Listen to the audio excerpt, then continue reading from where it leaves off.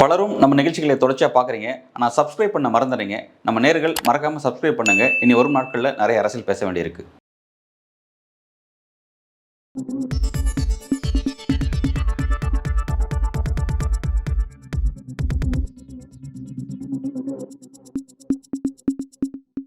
News focus Tamil நேயர்களுக்கு வணக்கம். இன்று நம்மோட நேர்காணல் இருந்திருக்கக்கூடியவர் நமது செய்தி ஆசிரியர் திரு அன்பரகன் அவர்கள். வணக்கம் சார். சார், இப்போ இந்த தூய்மை பணியாளர்கள் விவகாரத்தில் விடுதலை சிறுத்தைகள் கட்சியினுடைய தலைவர் திருமாவளவன் அவர்கள் சொல்லியிருக்கக்கூடிய கருத்து அப்படிங்கிறது, தூய்மை பணியாளர்களுக்கு பணி நிரந்தரம் அப்படிங்கிறத கொடுக்கக்கூடாது, அந்த கோரிக்கையை வந்து நம்மளால வலியுறுத்த முடியாது, அப்படி வலியுறுத்துறது அப்படிங்கிறது குப்பை அள்ளுறவனே குப்பை அள்ளட்டும் அப்படிங்கிற மாதிரி சொல்ற மாதிரி இருக்குன்ற மாதிரி ஒரு கருத்து தெரிவித்திருக்கிறாரு. இந்த கருத்தை நீங்க எப்படி பாக்குறீங்க சார்? ஒரு முக்கியமான கவனிக்கத்தக்க ஒரு கருத்தாக பார்க்குறோம். இந்த கருத்து வந்து அவர் வாயிலேருந்து வர்றதுங்கிறது சுற்று ஆச்சரியமான விஷயமா இருக்குது. பட் இப்படி ஒரு கருத்தை பேசுகிறதுக்கு முன்னாடி அவரும் யோசிச்சிருப்பார், நம்ம இப்படி ஒரு கருத்து பேசினா இது எப்படி வந்து வெகுஜன மக்களால் எப்படி எடுத்துக்கொள்ளப்படும் அப்படிங்கிற மாதிரி அவரும் யோசிச்சிருப்பார். தன்னோட கருத்தை அவர் எப்படி வலியுறுத்துறாரு அப்படின்னா, அம்பேத்கர் சிந்தனையின் அடிப்படையில் இந்த பிரச்சனை நம்ம அணுகணும். இந்த பிரச்சனை வந்து நம்ம இப்படி பார்க்கக்கூடாது. இந்த பார்வை வந்து ஒரு நிர்வாக ரீதியான ஒரு வேலைவாய்ப்பு பிரச்சனை நம்ம அதை பார்க்கக்கூடாது. அம்பேத்கர் சிந்தனையின் அடிப்படையில் பார்க்கணும். குலத்தொழில் விஷயம் வந்து தொடர்ச்சியாக வந்து இங்கே இருந்துகிட்டே இருக்குது. குலத்தொழிலுக்கு எதிரான அரசியல் தான் நம்மளோட அரசியல். ஸோ குலத்தொழிலை ஒழிச்சு தான் சமூக நீதியினுடைய அரசியல். ஸோ வந்து சமூக நீதியின் அடிப்படையில் நம்ம இந்த பிரச்சனையை அணுகிறது அப்படிங்கிறது, அவங்களுக்கு பணி நிரந்தரம் அங்கே திரும்ப செஞ்சாங்கன்னா மீண்டும் வந்து அவங்க வந்து அந்த அந்த பெற்றோர்கள் பணி நிரந்தரம் பெறும் பொழுது நாளைக்கு அவங்க பிள்ளைகளும் அந்த அதே தொழிலுக்கு போவாங்க அப்படின்ற மாதிரி இது போகும் அப்படின்ற மாதிரியான ஒரு விஷயமாக சொல்கிறார். பட் இவர் சொல்லக்கூடிய அந்த கருத்து அதில் இன்னொரு விஷயமும் இருக்குது. இப்போ இவங்க போராடுறாங்க பார்த்தீங்களா, இவங்க யாருமே வந்து எங்களுக்கான வந்து பணி நிரந்தரம், அதாவது ஒரு குலத்தொழிலின் அடிப்படையில் இந்த பிரச்சனை ஃபஸ்ட்டு உதயமாக இருக்கான்னு பார்த்தா கிடையாது. இந்த பிரச்சனை வந்து வேறு. தூய்மை பணி, நகரத்தை தூய்மை பணி பண்ணணுன்ற ஒரு அடிப்படையில் உருவாக்கப்பட்ட ஒரு திட்டம். அந்த திட்டம் அரசின் திட்டமாக இருந்தது. ஒரு கட்டத்தில் ப்ரைவேட்டுக்கு தரவிறக்கப்படுது. இங்கே டாபிக் என்ன தெரியுமா? போராடக்கூடிய அந்த கோரிக்கை என்ன தெரியுமா? பணி பாதுகாப்பு கிடைக்குமா கிடைக்காதா? ஊதியம், இதே ஊதியம் நாங்கள் பெறுவோமா அல்லது ஊதிய குறைப்பு நடக்குமா? வேலை அரசு வசம் இருக்குமா அல்லது தண்ணீர் வசத்துக்கு போகுமா? இதுதான் டாபிக். இதுதான் உங்களோட இதுதான் விஷயம். இங்கே வந்து குலத்தொழிலா அல்லது காலத்துக்கு ஏற்ற தொழிலா அப்படிங்கிறது டிஸ்கஷன் கிடையாது. ஏற்கனவே இந்த பிரச்சனையில் போராட்டக்காரர்களுக்கு, போராடக்கூடிய அந்த தூய்மை பணியாளர்களுக்கு ஆதரவாக தன்னுடைய ஆதரவுக்காரர்களை நீட்டினார், ஆதரவாக நின்னாருங்கிறது ஓகே. ஆனால் இன்றைக்கி வந்து அந்த சென்டென்ஸ் அவர்கிட்ட மாறுது. சரி, ஓகே, அவர் படிச்சுட்டு தன்னோட கருத்தில் ஒரு மாற்றம் பெற்றிருக்காரு அப்படின்னு நம்ம பார்த்தாலும், இந்த வாதம் இது வேறு கான்டெக்ஸ்ட்டில் பேச வேண்டியது. இந்த சப்ஜெக்ட் இருக்குல்ல, இந்த சப்ஜெக்ட் அவர் பேசுகிற விஷயம் வந்து வேறு கான்டென்ட்டில் வேறு ஒரு அரங்கில் டிபேட் பண்ணக்கூடிய சப்ஜெக்ட். இது வேறு சப்ஜெக்ட். ரெண்டு சப்ஜெக்ட் ரெண்டு சப்ஜெக்டும் வேறு அப்படின்னு பேசினாலுமே தொலைநோக்கு பார்வையா ஒரு கட்சி தலைவர் யோசிக்கிறது அப்படிங்கிறது தவறு இல்லைல்ல சார்? ஏன்னா ஃபியூச்சரிஸ்டிக்காக அவர் திங்க் பண்ணுறதுல என்ன தப்பு இருக்குது? அப்போ அப்படின்னா அவர் வந்து இந்த இன்னைக்கு ஏன் இந்த கருத்தை பேசுகிறேன்னா, இன்றைக்கி அவங்களோட பிரச்சனை லைம்லைட்டில் இருக்குது. அவங்களோட பிரச்சனை லைம்லைட்டில் இருக்குது. அவங்களோட கோரிக்கை என்னென்னா, தண்ணீர் வசதிக்கு கொடுக்கக்கூடாது, அரசே இது ஏற்று நடத்தணும். ஏன்னா தண்ணீர் வசதிக்கு போகிறதுனால எங்களுக்கு சம்பள பாதிப்பு இருக்குது அப்படின்னு சொல்கிறது வந்து அவங்கள எது கனவு கண்டு சொல்லலை. அவங்க போராடக்கூடிய இதே நேரத்தில் வந்து கடலூர் மாவட்டத்தில் போராட்டக்காரர்களுக்கு 3 மாதம் அங்கே ப்ரைவேட் வசம் போயிடுச்சு. 3 மாதம் சம்பளம் வரல. ஸோ வந்து 3 மாதம் எங்கள் சம்பளத்தை கொடுன்னு சொல்லி அந்த தனியார் நிறுவனத்தை எதிர்த்து அவங்க போராடக்கூடிய ஒரு போராட்டத்தை நம்ம வந்து வாழும் உதாரணமாக நம்ம அதை பார்த்துட்ருக்கோம். மதுரையில் வந்து இன்றைக்கி அந்த பிரச்சனை போயிட்டுருக்கு. மதுரையில் வந்து அவங்களுக்கும் அங்கே ஊதிய பிரச்சனை, தனியார் வசம் கொடுக்குறதுங்கிறது பிரச்சனை. எல்லா இடத்துலையும் இருக்கிற பிரச்சனை. இந்த சப்ஜெக்ட் வேறு. அவங்களுக்கு அந்த சாதாரண மக்களுக்கு பணி பாதுகாப்புங்கிறது தான் வேலைங்கிறது. வந்து பணி பாதுகாப்பு, வேலை நிரந்தரங்கிறது என்னதுன்னா, வேலையை வச்சுன்னா அவனோட எதிர்காலம். இன்றைக்கி வேலை இல்லாட்டி அவனோட எதிர்காலம் எதை பற்றி அவன் யோசிப்பான்? என்ன அது வந்து ஒரு மனிதனை வந்து ஒரு லிட்ரலாக வந்து அவனை வந்து ஒன்றும் இல்லாமல் ஆக்கிறதுக்கு, அவனோட பேக் போனை உடைக்கிறதுக்கு அப்படிங்கிறது அவனோட வேலைங்கிறதான். ஒரு பொருளாதார பலம் தான் ஒவ்வொருத்தரும் வந்து தன்னோட சுயசார்பு நிற்கிறதுக்கு ஒரு வாய்ப்பு வழங்கும். அதை வந்து நீங்கள் டேமேஜ் பண்ணிங்கன்னா அது வந்து ஒரு பெரிய சிக்கல். சரியா? இது அது சம்மந்தமான விஷயம். இப்போ இவர் சொல்கிறபடி ஒரு தொலைநோக்கு திட்டத்தில் நான் பார்க்குறேன், தொலைதூர பார்வையில் வந்து இந்த பிரச்சனை வந்து ஒரு குலத்தொழிலை ஊக்குவிக்கிறது நான் பார்க்குறேன் அப்படின்னா, அவர் என்ன அரசியல் திறமை செஞ்சுருக்கணும்? இந்த 4 வருஷமாக அவர் வந்து பார்க்கல. 4 வருஷமாக அவர் வந்து மற்ற விஷயத்தில் பார்த்துருக்கோம். இந்த விஷயத்தில் அவர் இப்போ தான் பார்க்குறோம். இதுதான் அவரோட நோக்கம் அப்படின்னா, விடுதலை சிறுத்தைகள் கட்சி இறங்கி தூய்மை பணியாளர்கள் எங்கெல்லாம் இருக்காங்க அங்கெல்லாம் போயிட்டு அவங்கக்கிட்ட ஒரு பிரச்சார இயக்கத்தை செஞ்சுருக்கோம். பெரியார் செய்வார் பார்த்தீங்களா, போயிட்டு அந்த சேரிகளுக்கு போயிட்டு அங்கே உட்காந்துட்டு ஒரு வண்டி வச்சுட்டு வண்டியில் உட்காந்து பிரச்சாரம் பேசுவார், செய்வார். இந்த மாதிரி வந்து ஒரு பிரச்சார இயக்கமாக வந்து விடுதலை சிறுத்தைகள் தலைவர் திருமாவளவன் அவர்கள் அங்கங்கே போய் உட்காந்துட்டு, இல்லை ஒரு அவங்களெல்லாம் அணைச்சி தூய்மை பணியாளர்கள் மாநாடு, மது ஒழிப்பு மாநாடு நடத்தினார்ல. அதே மாதிரி பார்த்திங்கன்னா வந்து பாசிசத்துக்கு எதிராக வந்து தேசத்தை பாதுகாப்புன்ற மாநாடு திருச்சியில் நடத்தினார். இந்த மாதிரி பல மாநாடு நடத்தினார். அந்த மாதிரி தூய்மை பணியாளர்களுக்கான மாநாடுன்னு ஒரு மாநாடு நடத்தி அவங்ககிட்ட வந்து இந்த பிரச்சனையை கொண்டு போய் சேர்த்துருக்கணும். நம்ம வந்து ஒரே தொழில் செஞ்சுட்ருக்கோம், அந்த தொழில் நம்ம நீங்கள் செய்யக்கூடாது, நம்ம வந்து அடுத்து நம்ம குலத்தொழிலில் செய்கிறதுனால நாளைக்கு உங்கள் பிள்ளைகள் இதை நோக்கி தள்ளப்படுறாங்க, நம்ம வந்து வேறு இதை நோக்கி நகரணும் அப்படின்னு பிரச்சாரத்தை அவர் அங்கே செஞ்சுருக்கணும். ஒன்று அவங்களை அழைச்சி செஞ்சுருக்கணும், அல்லது அவங்க இருக்கிற பகுதிக்காக போய் செஞ்சுருக்கணும். அந்த மாதிரி எங்கேயும் ஒரு செஞ்சு தான் நம்ம பார்க்கல. இன்றைக்கி அவங்களுக்கு பிரச்சனை வேறு, அவங்களோட கோரிக்கை பிரச்சனை வேறு. இந்த பிரச்சனை சீரியஸான பிரச்சனை. இந்த பிரச்சனையால் ஆளும் அரசுக்கு எதுவுமே செய்யவே முடியல அவங்களால. அந்த பிரச்சனை போராடக்கூடியவங்களை கைது செய்ய போகிறாங்க. கைது செய்யப்பட்ட மறுநாள் வேற ஒரு அறிவிப்பு ஆளும் அரசுக்கிட்ட வருது. ஒரு 5-10 அறிவிப்பு வந்துச்சு. ஆனால் அது எந்த அறிவிப்பும் அவங்க எதிர்பார்த்தது கிடையாது. அவங்க வச்சு அந்த 3 டிமாண்டு அதில் எதுவுமே இல்லை. அதை முதல்வர் அட்ரஸ் பண்ணல. அதை தவிர்த்து வேறெல்லாம் கொடுத்தாரு. ஆமாம், எனக்கு எது தேவையோ அது கொடுக்காம தேவையில்லாத விஷயத்தை கொடுக்குற மாதிரியான விஷயத்தை செஞ்சார். அது கவர்மெண்ட்டுக்கு எவ்வளோ சிக்கலான பிரச்சனைங்கிறது தெரியுது. அந்த பிரச்சனையில் கவர்மெண்ட்டோட கருத்துக்களை வலுப்படுத்துகிற மாதிரி நீ இந்த கருத்து சொல்லலாமா? இப்போ விவகாரம் என்னென்னா, தனியார் வசம் போனோமா வசம் இருக்கணுமா அப்படிங்கிற விஷயம். சரியா?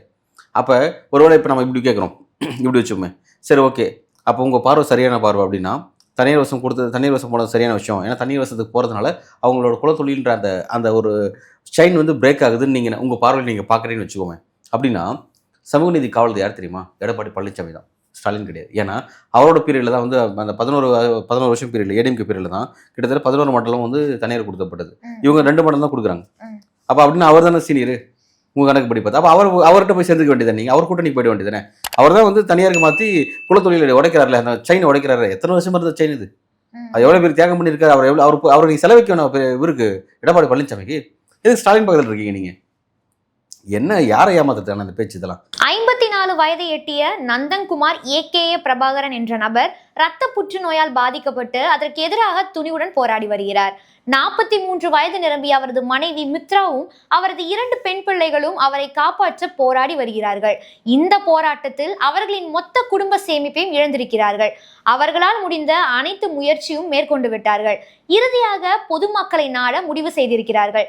அவரை காப்பாற்ற உங்களால் முடிந்த நிதியுதவியை இந்த வீடியோவில் தெரியும் QR கோட் மூலமாக அனுப்பலாம். இது பொய் செய்தி இல்லை. இதன் நம்பகத்தன்மையை அறிய இந்த வீடியோவின் டிஸ்கிரிப்ஷனில் பாதிக்கப்பட்ட நபர் பற்றியும் அவருடைய மருத்துவ பிரச்சனை பற்றியும் அதற்கான உதவியை யார் மூலமாக பெறுகிறார்கள் என்பது பற்றியும் முழு விவரங்கள் இருக்கிறது. அந்த கண்டென்ட் வேற, இந்த கண்டென்ட் வேற. இந்த கண்டென்ட்ல கொண்டு இது வந்து பேசுறதுங்கிறதே வந்து உண்மையிலேயே வந்து ஒரு துரோகத்தனமான செயல் அப்படிங்கிறத. அப்போ திமுக கூட்டணியில் இருக்கிறதுனால இப்படி முன்னுக்கு பின் முரணா பேசுறாரு. இது அரசுக்கு பாதுகாப்பான கருத்து, அரசை போற்றி பாதுகாக்கக்கூடிய ஒரு அரண் மாதிரியான கருத்து தான் திருமாவளவன் இங்கே பேசியிருக்கிறார். இந்த கருத்து ரைட் தான். குலத்தொழில் உடைக்கிறதுங்கிறது தான் வந்து சாதிய ரீதியான ஒரு தீர்வு, சாதிய ஒழிப்புக்கான ஒரு தீர்வு, சாதிய ஏற்றத்தாழ் ஒழிக்கிறதுக்கான ஒரு தீர்வு. அதாவது உலகத்தில் எங்கேயுமே இல்லாமல் இந்தியாவில் மட்டும், இந்த நிலப்பரப்பில் மட்டும் தொழில் ஒருத்தர் செய்யக்கூடிய வேலை அப்படிங்கிறது பார்த்தீங்கன்னா வந்து அடிப்படையில் வேலையே இங்கே ஏற்றத்தாழ்வு கற்பிக்கிற மாதிரி ஆயிடுச்சு. எல்லாருமே எல்லா தொழிலையும் உலக நாட்டில் எல்லாத்துலையும் பார்க்கலாம்.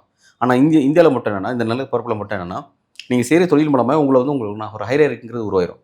அதாவது சாதி கட்டமைப்பு வலுவாக இருக்கிற காலகட்டத்தில் இன்றைக்கி நகரமே நிறைய வந்துருச்சு. நகரத்தில் பலரும் பல வேலைகளை பார்க்குறாங்க. இங்கே நீங்கள் அவங்களால கண்டுபிடிக்க முடியாது. அந்த பேட்டர்ன் மாறிடுச்சுன்னு வைங்களேன்.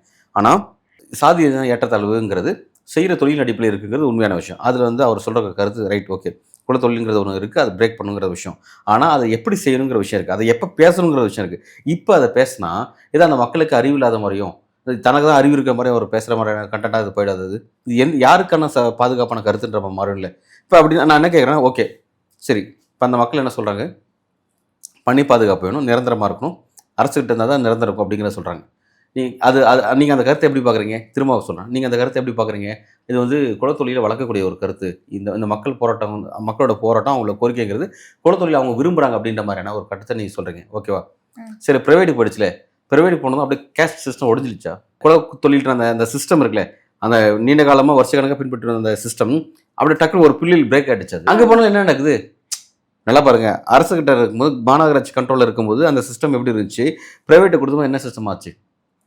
ராம்கின்னு ஒரு நிறுவனம் இருக்குங்கிறாங்க, அல்ல XRYZன்னு ஸ்பானிஷ் கம்பெனிங்கிறாங்க, ஏதோ ஒரு கம்பெனின்னு வச்சுக்கோங்களேன். அதில் பார்த்தீங்கன்னா ஜெகன்மோகன் ரெட்டியினுடைய இன்வெஸ்ட்மெண்ட்ஸ்லாம் இருக்குங்கிறாங்க. பல பேர் வந்து அதில் பல பாலிடிக்ஸ்லாம் போயிட்டு இருக்குன்னு வைங்களேன், அது வேறு சப்ஜெக்ட். அந்த தனியார் நிறுவனம் யாருக்கு, அவங்களுக்கு இவங்களுக்கு என்னென்ன அண்டர் டீலிங் நடக்குங்கிறலாம் செகண்டரி, சரி அது வேறு. ஆனால் ஒரு நிறுவனத்தை கொடுத்ததுக்கப்புறம் அடுத்து இப்போ நேற்றுக்கு வரைக்கும் இங்கே இருக்க அந்த ஒரு கேஸ்ட் சிஸ்டத்தில் இருக்க நபர்கள் ப்ரைவேட்டுக்கு போனதுக்கப்புறம் அவங்க வந்து ப்ரைவேட் எடுத்துமே இனிமேல் கேஸ்ட் சிஸ்டம் நேரம் கிடையாது. இனிமேல் இந்த தொழிலுக்கு வந்து வாங்கப்பா எல்லாம் BC கேட்டகரியில் இருக்கவங்க அவங்கள ஜாபுக்கு அப்ளை பண்ணுங்கள், இல்லை வந்து MBC இருக்கிறவங்க வாங்க, OCக்கு ஃபார்வர்ட் காஸ்ட் வாங்க, SCக்கு உங்களுக்கு கிடையாதுன்னு சொல்லி அவங்க வந்து அந்த பேட்டர்ன் உடைக்கிறாங்க. அவங்க வந்து பெரிய சிந்தனையில் வந்து அந்த நிறுவனங்கள்லாம் அந்த இது ரன் பண்ணிட்டு இருக்காங்க. என்ன தன்மை அது? நல்லா ஒரு விஷயம் புரிஞ்சுக்கோங்க. கவர்மெண்ட் இருக்கிற வரையும், கவர்மெண்ட் அண்டர் த மாநகராட்சி கண்ட்ரோலில் இருந்த சப்ஜெக்ட் இருக்கிற வரையும் கூட நீங்கள் வந்து ரிசர்வேஷன் பாலிசி கரெக்டாக அப்ளை ஆகாதான் நீங்கள் கிராஸ் செக் பண்ணி பார்க்க முடியும். நமக்கு தமிழ்நாட்டுக்கு வந்து பார்த்தீங்கன்னா 69+31 இந்த ரிசர்வேஷன் பாலிசி நம்ம பின்பற்றும் போது இதில் இந்த 61ல் 69ல் எத்தனை பேர் வந்து எத்தனை இதில் நம்ம செக் பண்ணி பார்க்கணும். ஆனால் எனக்கு செக் பண்ண மாதிரி எனக்கு தெரியல. இப்போ தூய்மை பணியாளர்கள் போராட்டம் நம்ம பேசுகிறோம். அந்த தூய்மை பணியாளரோட இந்த போஸ்டிங் அவ்வளவும் எல்லாமே வந்து ரிசர்வேஷன் அடிப்படையில் தான் பூர்த்தி செய்யப்பட்டிருக்கா, எல்லா சமூகத்துக்கும் ரெப்ரஸன்டேட்டிவ் அந்த ஜாப்ல இருக்கா அப்படிங்கிறத நம்ம புரிஞ்சுக்கணும். அது முழுக்க நம்ம வந்து கம்ப்ளீட்டாக இன்னும் வந்து ஒடுக்கப்பட்ட சமூகம் அப்படிங்கிறத பார்க்குறோம். அதன் அடிப்படையில் திரும்ப அப்படி சொல்கிறாரு. அப்படி இருக்கும்போது எனக்கு தெரிஞ்ச அதில் வந்து ரிசர்வேஷன்ங்கிறது பின்பற்றப்படல தான் நான் நினைக்கிறேன். முழுக்க அதில் இருக்க 99% ஏன் 100% ஜாப்ஸுமே ஒரு ஒடுக்கப்பட்ட சமூகத்தாலே பூர்த்தி செய்யப்பட்டிருக்கிறது தான் நான் பார்க்குறேன். சரியா? இப்போ அப்படி இருக்கும்போது அது வந்து அதில் நீங்கள் அந்த ரிசர்வேஷன் சிஸ்டமே அங்கே அலோவ் ஆகலை, அங்கே அலோவ் பண்ணல. இது ஃபுல்லாக வேறு மாதிரியான பேட்டர்னில் போயிட்டுருக்கு அப்படின்னு வச்சுப்போமே. ஓகே, இப்போ அது ப்ரைவேட்டுக்கு கொடுக்குறது மூலமாக மட்டும் அடுத்து அங்கே என்ன நடக்கும் அப்படிங்கிறது நம்ம ஒரு கேள்வி இருக்குல்ல. ப்ரைவேட் ஆட்குறைப்பு செய்கிறோம், இது பண்ணுறான். அது ஆட்குறைப்பு செய்கிறது இது பண்ணுறது அவ்வளவும் முழுக்க மணி பேஸில் இருக்குது. பணம் தான் இங்கே தீர்மானிக்குது. அவங்க கேஷ் யாரும் வந்து ஒரு பொது சிந்தனை அடிப்படையில் பொதுநல நோக்கத்தோடு அந்த விஷயத்தை யாரும் அணுகலை. நல்லா புரிஞ்சுக்கணும். இப்போ இவர் திடீர்னு வந்து நான் ஒரு பொதுநல பார்வையில் நான் பார்க்குறேன்னு சொல்லி இவர் வந்து அதை பார்வை வைக்கிறாரு. ஃபஸ்ட்டு இந்த பார்வை அந்த மக்கள் அக்செப்ட் பண்ணிப்பாங்களா? நீங்கள் எந்த மக்களுக்காக பேசுனா அந்த மக்கள் அக்செப்ட் பண்ணிப்பாங்களா? இந்த சப்ஜெக்ட்ஸ் வேறங்க. அவர் பேசுகிற கருத்துக்கு கூட்டணி கட்சியே வந்து எதிர்ப்பு தெரிவிக்குது. மார்க்சிஸ்ட் கம்யூனிஸ்ட் கட்சியினுடைய மாநில செயலாளர் சண்முகம் அவர்களே வந்து அதை எதிர்க்கிறாரு. அது சப்ஜெக்ட் வேறு, இது சப்ஜெக்ட் வேறுன்னு பேசுகிறாங்க. ஆக்சுவலாக அவங்களாம் களத்தில் இறங்கி பெரிய போராட்டத்தை முன்னெடுத்துருக்கணும், எடுக்கல. ஆனால் திருமாவளவன் பேசுகிற இந்த கருத்துங்கிறது அவர் டே ஒன்லேருந்து பார்த்தீங்கன்னா ஆளும் அரசுக்கு வந்து ஆதரவான கருத்துக்கு நிறைய கருத்து தேவையில்லாமல் பேசுகிறான்னு நான் பார்க்குறேன். அதாவது அதிமுக தலைமையை பற்றி, அதாவது அதில் பார்ப்பனை ஊடுருவதுக்கு காரணம் எம்ஜிஆர் அப்படி இப்படின்லாம் சொல்லி சொல்கிறாரு. பார்ப்பனை ஊடுருவதுக்கு காரணம் எம்ஜிஆர் இப்போ ஏன் பேசணும்? எது தேவையோ அதை பேசணும். இப்போ அது வந்து அதிமுக ஏற்கனவே பலவீனமாக போயிட்டுருக்கு, பாஜகவோட சேர்ந்து பலவீனமாக போயிட்டுருக்கு. அந்த பலவீனத்தை இன்னும் துரிதப்படுத்துகிற மாதிரியான விஷயங்களை திமுக என்னென்ன நினைக்கிறதோ அது ஃபுல்லாக இவர் மூலமாக வச்சு பேச வைக்கிறாங்களோ அப்படிங்கிறது தெரியல. அது எதுக்காக பேசுகிறாரு, அது எவ்வளோ அது சீட்டுக்காக பேசுகிறாரு அல்லது வேறு ஏதாவது கெயின் இருக்கா, எதுக்காக பேசுகிறான்னு தெரியல. ஆனால் இதெல்லாம் என்னென்னா பொது வழியில் அவர் வந்து மதிப்பு வந்து கணக்கு போட்டுகிட்டே இருக்காங்க. அவர் மதிப்பு வந்து அவரே குறைச்சிக்க கூடாது அப்படிங்கிறதுக்கான விஷயங்கள்லாம் பேசுகிறோம். இப்படிலாம் வந்து போனாங்கன்னா உண்மையிலேயே அந்த அணி வந்து சமூக நீதிக்கான அணியாக இருக்காது. அந்த அணி வந்து சமூக அநீதிக்கான அணியாக அந்த பார்வை அப்படி அதை நோக்கி போகும் அப்படின்ற மாதிரி தான் இந்த கருத்துக்கள் இருக்கு. ஆனா அவர் என்ன சொல்றாருன்னா, என் மேல வைக்கக்கூடிய குற்றச்சாட்டுகள் எல்லாமே திமுக கூட்டணி உடைப்பதற்காக தான் வைக்கிறாங்க, நாங்க அந்த மாதிரி பேசல, திமுக கூட்டணி எப்படியாவது உடைக்கணுங்கிறதுக்காக தான் இங்க இருக்கக்கூடிய கட்சிகள் செயல்படுறாங்கன்னு சொல்றாரு. அது வேணா உண்மை. இந்த கூட்டணி உடைக்கணுங்கிறது எதிர்கட்சிகளோட வியூகம், அது மறுக்க முடியாது. எப்பவுமே வந்து ஒரு அணி வெற்றி பெறணும் அப்படின்னா ஒரு சொந்த பலத்தை தயார் பண்ணணும். அதே மாதிரி ஆப்போசிட்டில் இருக்கிற பலத்தை பலவீனமாக்கணும், அந்த பலத்தை உடைக்கணும் அப்படிங்கிறது தான் வியூகம். அப்படி இருக்கும்போது அதிமுக அணி இருக்குது, அந்த என்டிஏ அணி, அதிமுக தலைமையிலான அந்த அணி இருக்குல்ல, அந்த அணியை பொறுத்த வரைக்கும் தங்க கூட்டணியை வலுப்படுத்துறது அவங்களுக்கு ஒரு நோக்கம். அதே மாதிரி எதிரணியில் இருக்கிறத வீழ்த்தணும், ஏன்னா வெற்றி பெறணும், அவங்களோட பலத்தை குறைக்கணும். அந்த வேலையை செய்ய தான் செய்வாங்க. அது எல்லா கட்சியும் செய்யக்கூடியது தான். இப்போ இவங்க செய்யலையா, திமுக கூட்டணி செய்யலையா, எங்கே வந்து அமித்ஷாவும் அதிமுக வெளிப்படையாக வந்து சீமானுக்கு அழைப்பு கொடுத்துட்டே இருந்தாங்க. சீமானை பார்க்க வாங்க எங்கள் கூட்டணியில் சேருங்க, விஜய்க்கு வாங்க வந்து சேருங்க. விஜய் சீமானை போய் இதில் சேர்ந்தாங்க அப்படின்னா, சேர்ந்ததுக்கப்புறம் அடுத்து அவங்களோட ஃபியூச்சர் எப்படி நம்மளால தெரியாது, அது எப்படி வேணால் போகலாம். ஆனால் சேர்ந்தாங்க அப்படின்னா அது உண்மையிலே வந்து திமுக கூட்டணி வெற்றி தடுக்கக்கூடிய ஒரு முக்கியமான இடத்துக்கு போய் நகர்ந்து நிற்கும் அப்படிங்கிறது ஒன்று. ஆனால் அப்படி போகக்கூடாது அப்படிங்கிறத தடுக்கிற வேலையை இவரும் தான் செய்கிறாரு. இப்போ சீமான் வந்து இடையில வந்து இவர் பார்த்துட்டு வந்து என்னன்னா, பார்த்து ப்ளஸ் பண்ணதுக்கப்புறம் அவர் உடனே ரொம்ப தடாரடியாக பேசுறாரு. வெற்றினா வந்து நான் செத்தாலும் தனிக்கு தான் எலெக்ஷன் நிற்பேன், இல்லாட்டி செத்து சாம்பல் ஆகுவேன் அப்படின்னு பேசுறாரு. அது யாருக்கான டோன், யாருக்கு அடுத்து வலுப்படுத்துறது? திமுக எதிர்ப்பு வாக்கில் பல பிரிவை உடைக்கிறதுல ஒரு முக்கியமான ரோல் சீமானோட ரோல். அவர் ஆப்போசிட் முகம் போகும்போது அது நிச்சயமாக அவங்களுக்கு ஒரு வெற்றியை நோக்கி தான் கொடுக்கும். ஆனால் அது தடுக்கக்கூடிய வேலையை திமுக செய்யுது. எல்லாரும் அதுதானே எலெக்ஷன் அதானே செய்வாங்க. இப்போ இன்றைக்கி வந்து பார்த்தீங்கன்னா சீமான் வந்து விஜய் அட்டாக் பண்ணி பேசிட்டு இருக்காரு. இப்போ எப்படின்னா விஜய் விசஸ் சீமானுங்கிற மாதிரி காலம் மாறுது. விஜய் யார் அட்டாக் பண்ணுறாரு, திமுக அட்டாக் பண்ணுறாரு. ஆனால் விஜயோட பாலிடிக்ஸ் இப்போ சீமான் என்ன பண்ணால் தனக்கு கொண்டு போகிறார். விஜய் விசஸ் சீமான் அப்படிங்கிற மாதிரி, டிவிகே விசஸ் என்டிகே அப்படிங்கிற மாதிரி இப்படி கொண்டு போகிறதுக்கு அவர் முயற்சி பண்ணுறாரு. அவர் மாநாடு எனக்கு தெரிஞ்சு விஜய் மதுரையில் ஒரு மாநாடு போட்டதுக்கப்புறம் சீமான்லாம் காற்றுல அடிச்சுட்டு போயிடுறான்னு நினைக்கிறேன். அவரோட மேஜர் பாலிடிக்ஸ் வந்து மைக் மட்டும் தான் அவரோட பாலிடிக்ஸ், அதுதானே அவரோட பாலிடிக்ஸ் எதுவும் கிடையாது. சீமானோட பாலிடிக்ஸ் சொல்கிறேன். விஜயோட பாலிடிக்ஸ் அவருக்கு இன்னும் கிரவுண்டுக்கே வரல. பட் அவருக்கு இருக்க இன்றைக்கி அந்த கரிஸ்மேட்டிக், அவருக்கு இருக்கிற அந்த இமேஜ் இருக்குல்ல, அந்த இமேஜுக்கு எதுக்கும் அவர் ஃபீல்டில் இறங்கினார்னா அவருக்கு இன்னும் நிறைய ஆதரவு கிடைக்கும், இன்னும் நிறைய அந்த களம் மாறும், அவரை நோக்கி மாறும். அப்படிலாம் செய்யணும். ஓகே, எனிவே அது சப்ஜெக்ட்ஸ் வேறுன்னு வைங்களேன்.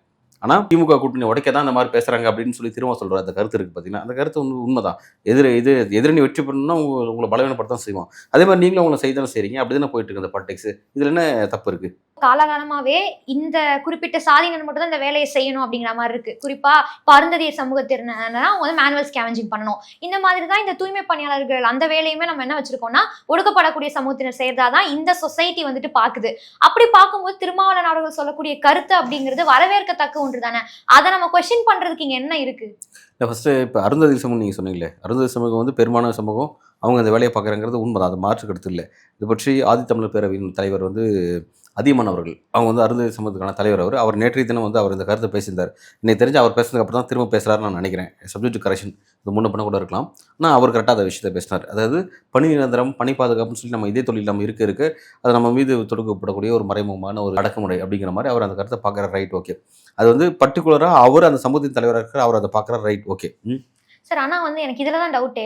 அந்த சமூகத்தினுடைய தலைவரா இருக்காரு அப்படிங்கிறதுக்காக தான் அதை அவர் கொஸ்டின் பண்றாரு நம்மளால எப்படி சொல்ல முடியும்? அவர் அப்போ அந்த இடத்துல நம்ம வந்து அவரோட சாதி தலைவரா கட்டமைக்கிற மாதிரில இருக்கு. இல்லை, அவர் அந்த சமூகத்தின் தலைவர், அந்த சாதியின் தலைவராக தான் இருக்கார். அந்த சாதி சமூகத்தின் தலைவராக தான் அவர் தன்னை அறிமுகப்படுத்துகிறாரு. அதுதான் அவரோட ஆதித்தமிழர் பேரவையினுடைய பேஸுங்கிறது அதுதான். அதாவது அருந்ததி சமூகத்துக்காக அவர் அந்த சமூகத்தின் அவர் அடிப்படையில் ஒரு ஒடுக்கப்பட்ட அருந்ததி சமூகத்தை சேர்ந்த நபர். அவர் வந்து ஒரு கட்சியின் தலைவர், ஒரு அமைப்பின் தலைவராக இருக்கார். அவர் அப்படிதான் நிறுவுறாரு. சரி, அதான் விஷயம். சப்ஜெக்ட்ஸ் அது வேற. இப்போ என்னன்னா, அவர் அந்த கருத்தை சொல்லியிருக்கிறாரு. இப்போ உடனே திரும்ப அந்த கருத்தை சொல்றாரு. அப்போ அப்படின்னும் போது நாம் என்ன கேட்குறோம் அப்படின்னா, அந்த மக்கள், போராடக்கூடிய மக்கள், நான் என்ன சொன்னா, இது வந்து தொலைநோக்கு பார்வை பேசுகிற சப்ஜெக்ட் வேற. சரியா? இந்த சப்ஜெக்டை பொறுத்த வரைக்கும் இது இன்றைய பிரச்சனை. இன்றைய அவனுக்கு வந்து அன்னைக்குன்னு உண்டான, அதாவது இன்னைக்கு வந்து பொருளாதார கமிட்மெண்ட்ஸோ அல்லது பொருளாதார நெருக்கடியோ வந்து கேஸ்ட் பேஸ்ட் பார்த்து வராது. இந்த கேஸ்ட்டுக்கு நம்ம பொருளாதார நெருக்கடி ஏற்படுத்தணும், இந்த கேஸ்ட்டு பொருளாதார நெருக்கடி ஏற்படுத்தக்கூடாது அப்படின்லாம் கிடையாது.